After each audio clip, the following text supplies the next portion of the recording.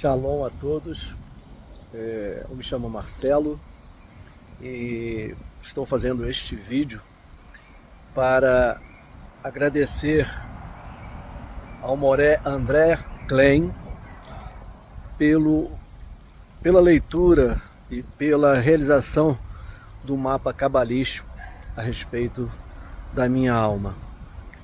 Me trouxe informações preciosas, maravilhosas, informações que estão contribuindo muito para o meu crescimento espiritual. Então, eu sugiro àqueles que, porventura, ainda não realizaram o seu mapa, que o façam, porque é maravilhoso, é uma experiência espiritual sem precedentes. Então, shalom a todos e o meu agradecimento ao Moré André. Nós vamos continuar ainda no Zohar Kadosh, não é? Amanhã a gente vai falar um pouquinho,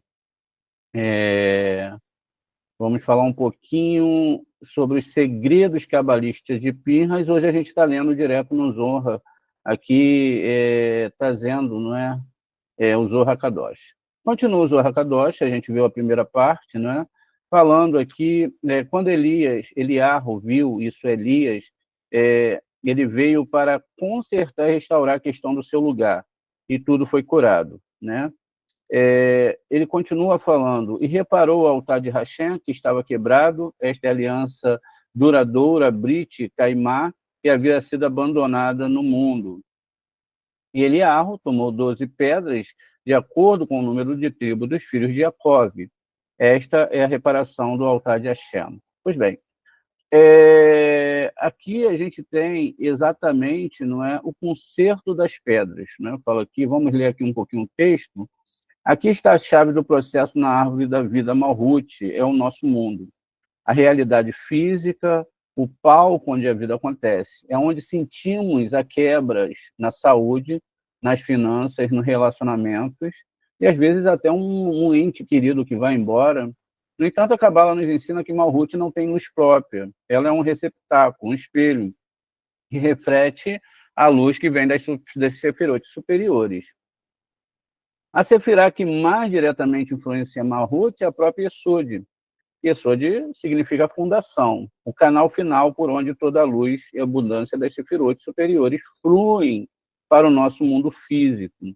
Yesod também é chamada de tzadik. Veja, o tzadik não é um homem, é a própria questão da presença divina, o Yesod, que é chamado Yesod Olam, justo da fundação do mundo. Ele está associado à Santa Aliança Brit Kodesh. Essa aliança não é apenas um pacto histórico, mas a nossa integridade espiritual diária, a pureza das nossas intenções, a honestidade das nossas palavras e a retidão de nossas ações. Quando o texto diz que Eliarro consertou Yesod e o trouxe de volta para Malhut, ele está descrevendo um realinhamento cósmico para cada vida, não é? Veja, então, quando nossa fundação Yesod está danificada por ações egoístas, palavras negativas ou até intenções impuras, veja, ações egoístas, receber para si mesmo, palavras negativas, tá vendo? Ou intenções impuras, tudo isso vai bloquear o canal de Yesod, vai ficar tudo ali.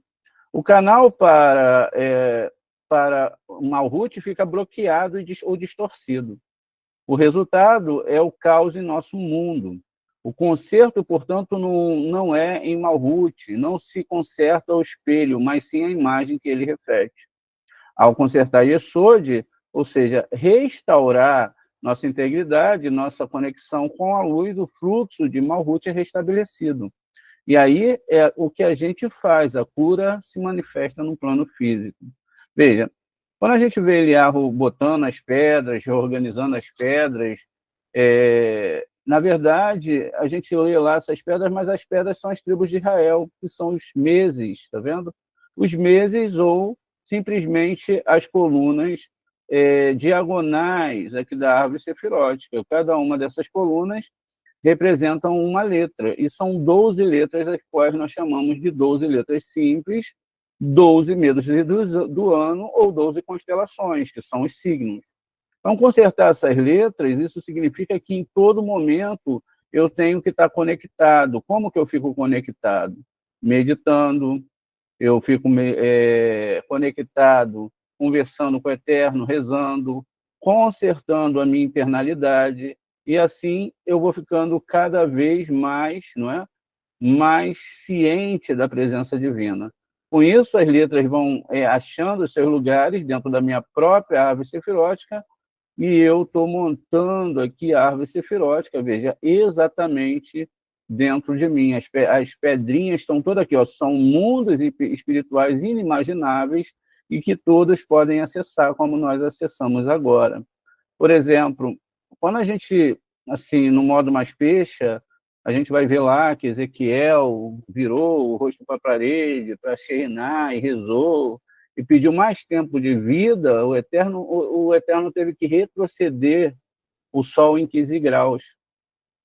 Veja, para cada vida que é salva, para cada oportunidade que é dada, tudo tem que mudar no cosmos, todas as histórias são mudadas. Imagine, uma pessoa ia morrer hoje, aí a Shem dá a possibilidade dessa pessoa viver, essa pessoa vai fazer parte das histórias de outras pessoas vão ver essa pessoa, a filha dessa pessoa vai poder ter mais anos para viver com ela. Olha como tudo muda. A gente pensa, não, é só um milagrezinho, não, Deus não quis que ela morresse agora. Não, ele está dando oportunidade de toda uma vida, toda uma história para essas pessoas. Mas o incrível disso tudo é que nós só focamos no milagre. E Deus está fazendo isso todos os dias com as nossas vidas. Todos os dias ele está emprestando vida, é isso mesmo, ele está emprestando, a vida não é sua, não é minha. E ele está nos dando a possibilidade de construir uma história incrível com ele. Não que nada vai ser construído sem ele, mas reconhecê-lo em todos os nossos caminhos. E o reconhecimento dele é mudando os nossos padrões. Veja, muitas pessoas querem ver milagres, fogo cair do céu, fazer altares, viver coisas fora do comum. Não. O processo mais bonito e mais interno é quando isso acontece dentro de você. E o que tem acontecido com nossos alunos, não é? Porque tem se meritado no conceito de acordar, de estudar, acreditar nas meditações, é que eles vêm. Para aqueles que não veem, é tão estranho. Veja, é muito bonito, né? Eu fico muito emocionado com essas coisas. Aqui está o próprio planeta Terra, não é, sendo restaurado. Agora, lembra que a gente viu de manhã que estava tudo corrompido? Então a gente medita sempre que a Terra esteja branca, iluminada, não é? E ele reparou o altar de Hashem que estava quebrado, uma referência à aliança que havia sido abandonada. Agora, aquele profeta, Eliyahu, ele passa para ser algo dentro de nós, um desejo, e nós nos tornamos consertadores de altares. Primeiro os nossos, lógico, e depois nós ajudamos outras pessoas através da Kabbalah a consertar o seu altar interno. O altar é o ponto da conexão entre o físico e o espiritual. Em nosso serviço pessoal, nossas vidas são o altar. Um altar quebrado é uma vida onde a conexão com a luz foi danificada. A causa dessa quebra é, como o texto conta, é o abandono da aliança da Torá. Isso acontece quando nossas ações não correspondem aos nossos valores. Nossa palavra perde valor, falamos uma coisa e não cumprimos. E depois falamos, não, somos cabalistas, somos judeus, mas não temos nem responsabilidade em nossas palavras. Quando as pessoas nos acusarem, elas também estarão acusando a nossa Torá, também estarão acusando o nosso Deus, falando, olha, não tem palavra. Essa religião, e esse ainda diz que serve a Deus, como pode? Então, se somos responsáveis pelo nosso nome, não é? Se somos responsáveis pelas nossas palavras, e se procuramos ser o melhor, nós estamos para quê? Porque nós somos um cartão de visita da divindade. E esse cartão de visita, ele tem que ser pleno, ele tem que ser não só de palavras, ele tem que ser exatamente o que ele fala, porque senão se torna hipocrisia da palavra hipócrita. Então, seja um cabalista, seja bom, ame, ou se não ama o suficiente, tente amar o suficiente, peça a Deus para abrir esse canal de amor no seu coração. Buscamos gratificações instantâneas em vez de crescimento a longo prazo. Permitimos que o ego, o medo e a dúvida governem nossos pensamentos. Veja, não entendemos que existe um Deus maior, que existe alguém muito superior, como um milagre dobrado, triplicado que nós vimos hoje, né? Acabamos de sair de uma meditação e chegou a notícia de que a menina estava salva. Reparar este altar é um trabalho interno, um ato de techuvá, retorno. Eu digo, além de techuvá, é techuvir, levar a letra rei do nosso nível para a letra rei de Biná. Purificar nossas intenções e realinhar as ações com a vontade da luz, deixando de fazer aquilo que a gente acha que é certo, não é? E fazer o que a Torá diz que é certo. Então, Eliarro tomou as 12 pedras de acordo com o número das tribos de Israel, que são as 12 constelações.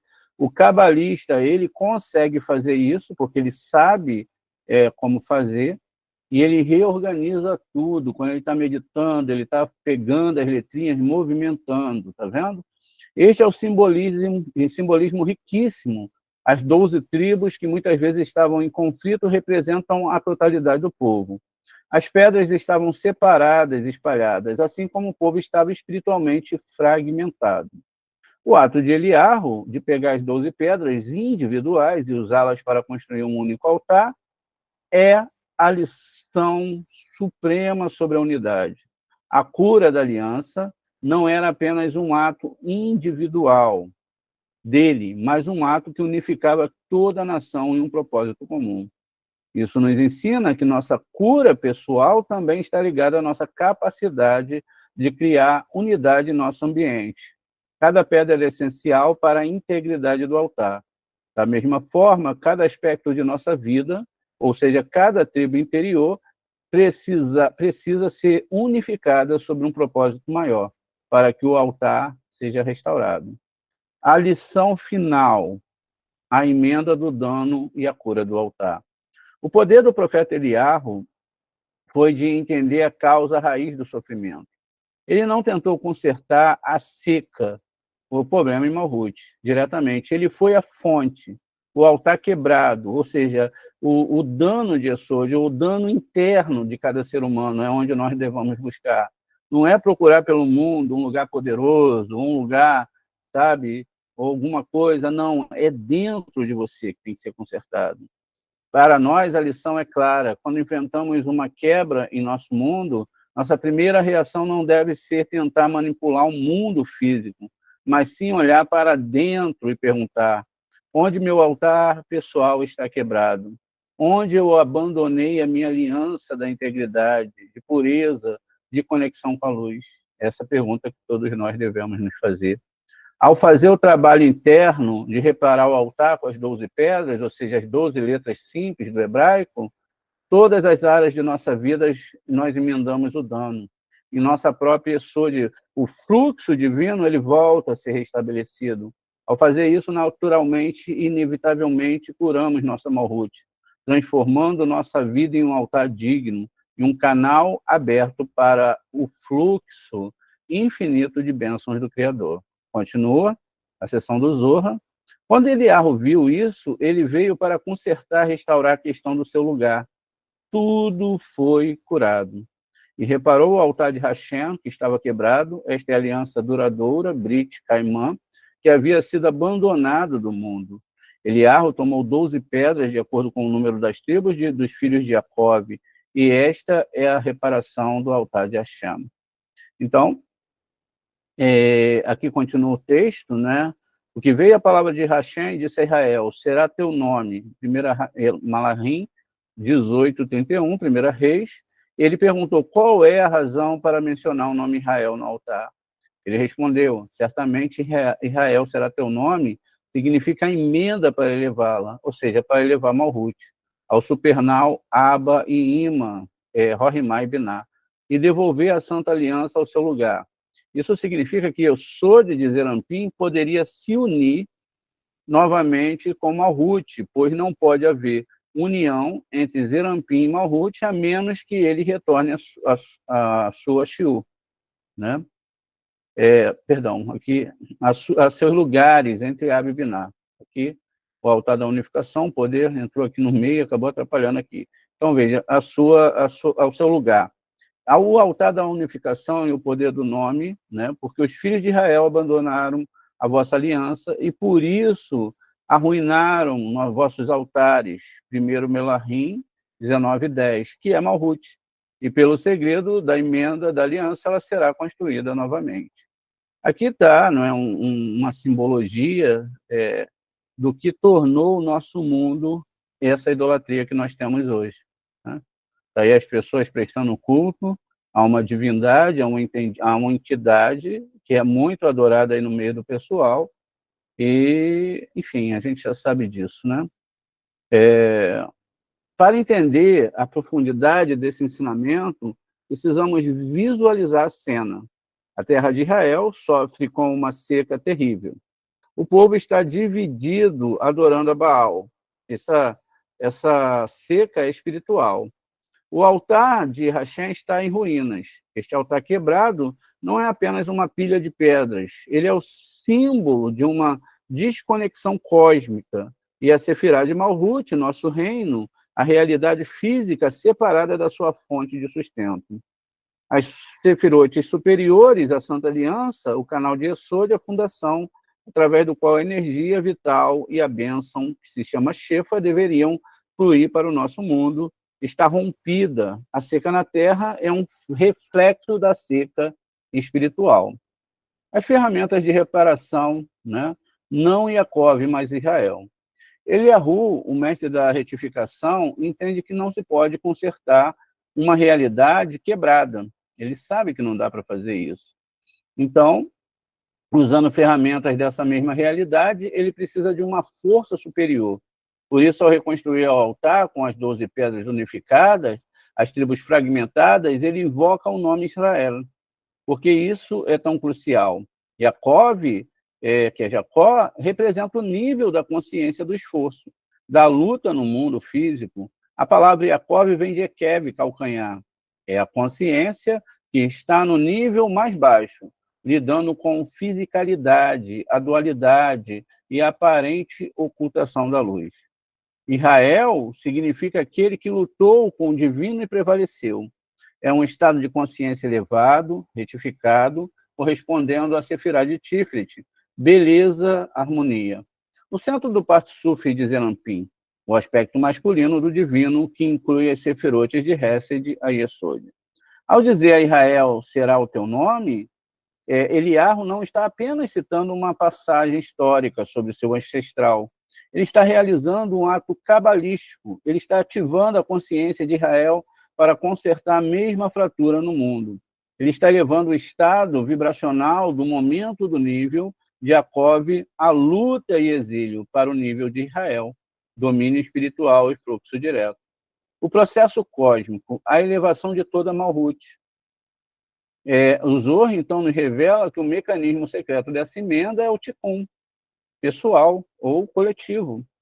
Elevar Malhut ao supernal Ab Ima, Rohimá e Biná, esta é a chave. Malhut, a filha do nosso mundo, em seu estado quebrado, não pode ser consertada diretamente por Zerampim, o filho, pois a conexão entre eles e Yesod está danificada.